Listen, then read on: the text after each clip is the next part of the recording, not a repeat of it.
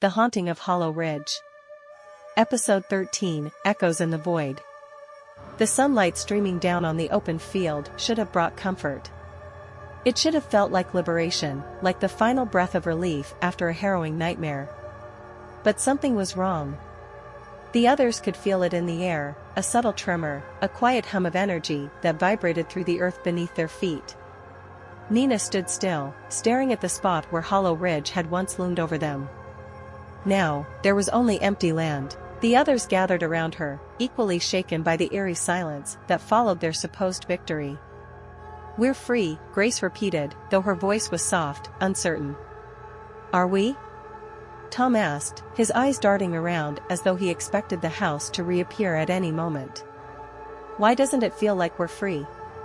Daniel glanced at Nina. "You did it. The house is gone. We should be celebrating, right?" But Nina didn't respond.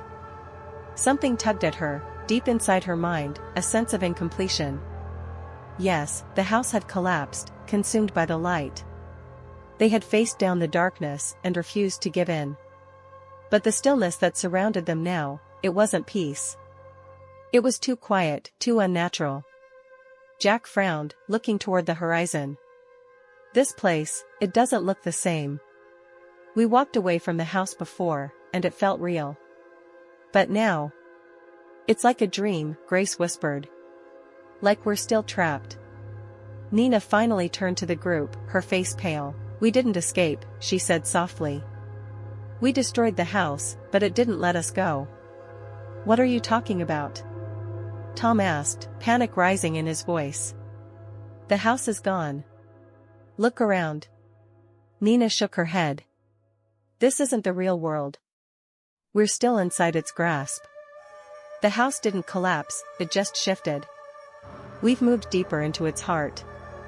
The others fell silent, the truth settling in like a stone in their chests. The land around them began to feel less like freedom and more like a prison, a beautiful facade hiding a darker reality. "What do we do now?" Daniel asked, his voice laced with fear. Nina took a deep breath. "We have to keep going. The house was just the beginning.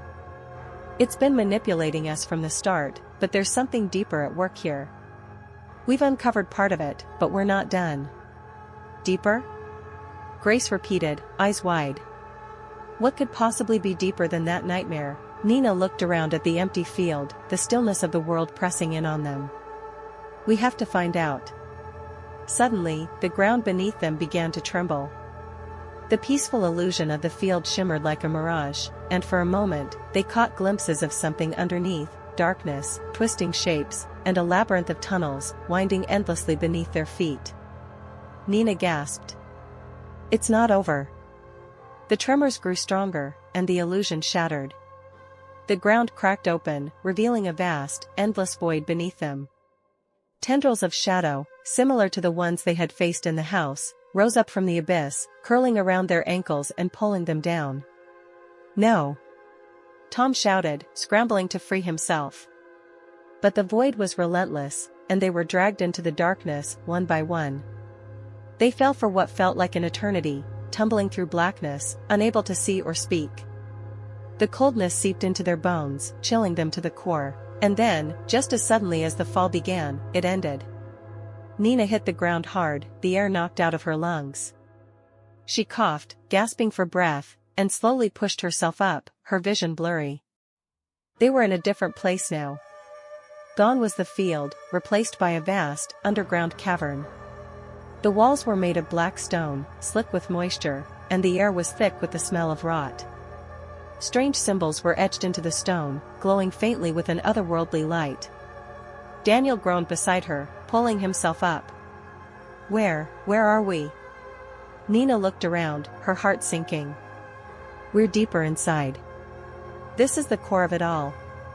The others stirred, dazed and disoriented from the fall, but as they stood, it became clear that they were no longer alone. In the distance, dark figures moved, twisted, faceless shapes that seemed to shimmer and fade in and out of existence. "We need to move," Jack whispered urgently. "Now." They hurried down a narrow passage, the strange figures trailing behind them, always on the edge of their vision. The deeper they went, the more the air felt thick with malevolent energy. It was as though they had entered the true essence of Hollow Ridge, the place where the curse had originated. After hours of running through the maze of tunnels, they reached a massive chamber. At the center stood a monolithic stone altar, much larger than the one in the house's basement. The symbols etched into it glowed a sickly green, and the air around it buzzed with dark power. "This is it," Nina said, her voice barely above a whisper. "This is where it all began." "What are we supposed to do here?" Grace asked, her voice trembling. Nina stepped forward, her mind racing. "We need to sever the connection. The house was just a vessel, but this is the source. The ritual, the curse, it's anchored here." "But how do we stop it?" Daniel asked. Before Nina could answer, the ground shook again, and a towering figure emerged from the shadows, a being of pure darkness, with eyes that burned like embers in the night. It loomed over them, the embodiment of the house's malevolent spirit. "You cannot destroy what you do not understand," the figure intoned, its voice echoing through the cavern. Nina stood tall, despite the fear coursing through her veins. "We understand enough. You fed on fear for too long, but that ends now." The figure chuckled, a sound like grinding stone. "You are nothing but pawns in a game far older than you. This is not your victory to claim." "Maybe not," Nina said, her voice steady, "but it's time to break the game." With that, she placed her hand on the altar, the glowing symbols burning hotter at her touch. The others gathered around her, each placing a hand on the stone, their resolve hardening. The dark figure roared, surging forward to stop them, but it was too late. The symbols flared with blinding light, and a shockwave of energy erupted from the altar, tearing through the chamber. The figure screamed as the light engulfed it, dissolving into nothingness.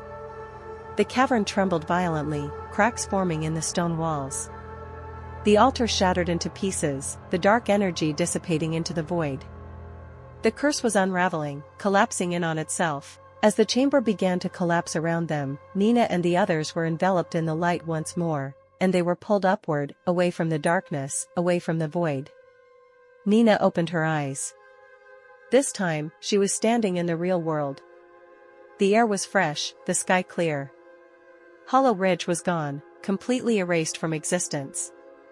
The group stood together on a grassy hill, the wind rustling gently through the trees. They had done it. "We're really free," Daniel said, his voice filled with disbelief. Nina smiled softly, feeling the weight of the ordeal lift from her shoulders. "Yes," she said. "We're free."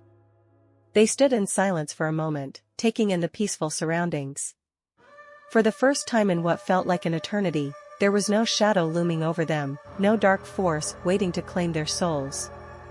It was over. As they walked away from the hill, leaving the memory of Hollow Ridge behind, Nina allowed herself to hope. The nightmare was finally behind them, but deep in the recesses of her mind, a faint whisper lingered. A reminder. Hollow Ridge would never truly be gone. End of episode 13.